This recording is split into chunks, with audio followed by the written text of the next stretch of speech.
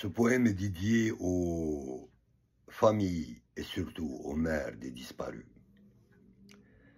4 chiens et un pays de silence. Le militaire, ce caporal Mokhtar Ben Khalifa de Mchounich. Je suis Mokhtar, le fils du vent et de la soif. Né dans un gourbi entre palmiers et foin-rance, j'ai connu l'école à moitié, le vide en entier. Puis un fusil m'a sauvé de l'ennui et de la fierté. J'ai signé pour l'État, pas pour la patrie. Mais on m'a dit, ici, l'ordre, c'est la vie. J'ai pas trop réfléchi, j'ai obéi comme on prie. Et j'ai appris qu'un ordre peut effacer une vie. Dans les années 90, j'étais là. Mission spéciale entre Blida et Relizane, la nuit tombée brutale. On disait terroriste, on disait nettoyage, mais on savait, nous, qu'on purgeait des villages. J'ai vu des femmes égorgées et des gosses sans tête, et le colonel disait, bravo, la mission est nette. J'étais jeune, sale, payé pour l'amnésie. Aujourd'hui, je vis bien, je dors sur le déni.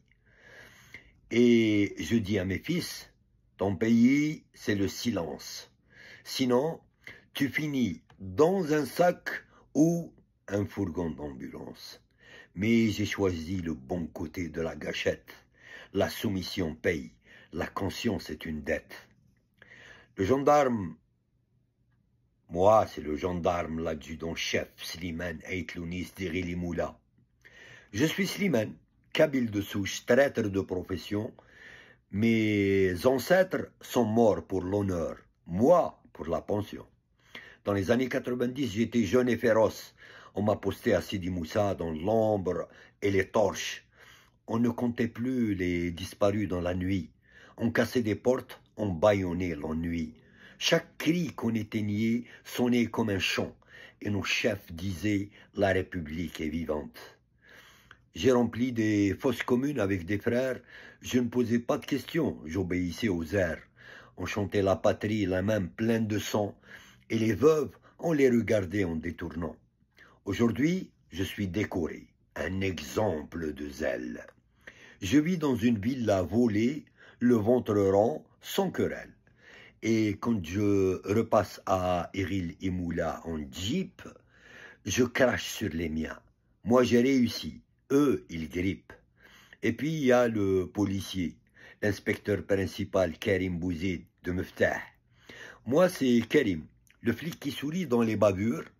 Je viens de Meftah, là où l'on vendait les montres sur les murs. J'ai grandi sans rien, à part la rage et l'instinct. Et j'ai compris que frapper est le seul vrai destin. Dans les années 90, j'étais sous-officier. On me donnait une liste, j'allais interpeller. Pas de mandat, pas de procès, pas d'éthique. Le suspect, un rêveur, un étudiant, une réplique. On torturait au sous-sol en silence sans trace. On appelait ça renseignement, mais j'appelais ça la crasse. Mais j'étais bon, très bon. J'ai fait parler des pierres et les cris dans mes oreilles sont devenus lumière. Maintenant, je suis inspecteur. J'éduque les petits. Je leur dis, la loi, non. Le pouvoir, oui.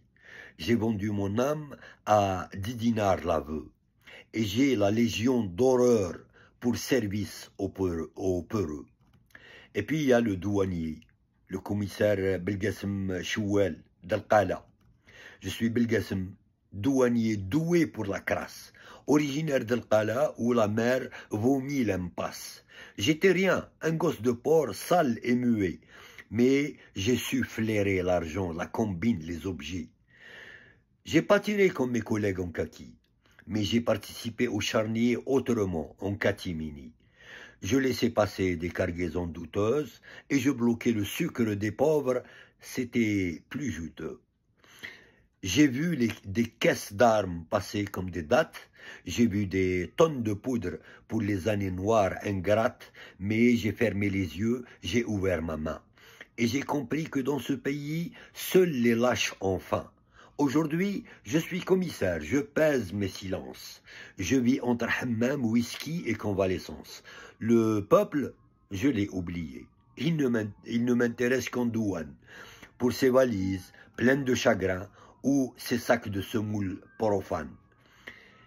Et ces voix des disparus.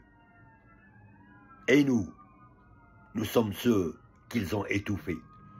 À Sidi Ahmed, à Ben Talha, à Raïs, étranglés. Nous sommes les 250 000 silences officiels, les noms rayés, les enfants dans le ciel. Ils ont dit que c'était la guerre, une décennie noire. Mais c'était le règne, leur purge, leur victoire.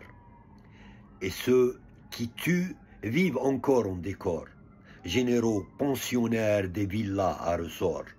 Ils ont brisé l'Algérie pour s'asseoir sur ses ruines et leurs chiens, flics, gendarmes, milicaux les soutiennent sans rime.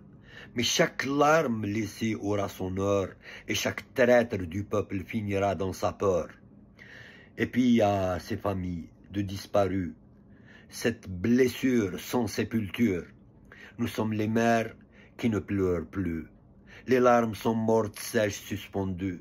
Nous sommes les sœurs qui dressent des murs de photos, des visages aimés effacés à huis clos. Chaque matin est une gifle, un appel sans retour. Chaque nuit, un procès sans juge, sans détour.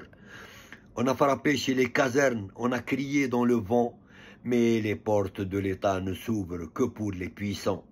Nos fils n'avaient pas d'armes que leurs idées, mais dans l'Algérie du silence, penser c'est défier et défier c'est disparaître sans tombe ni mot. On nous a volé leur souffle, on nous a rendu les coups.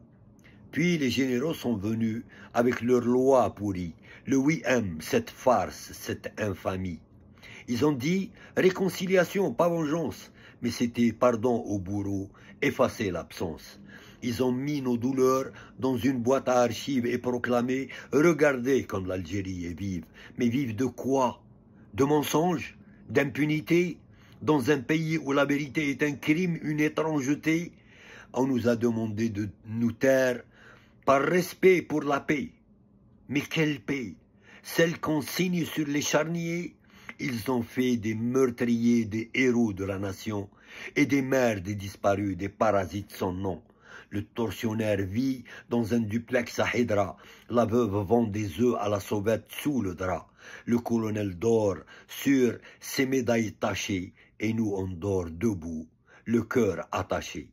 Oui, non, oui, maître. Une trêve sur des cendres, une gifle sur les crânes plats. Nous ne voulons pas la vengeance, nous voulons la vérité. Nous ne voulons pas la vengeance, nous voulons la vérité. Mais chez vous, elle est plus redoutée que la peste ou la pauvreté.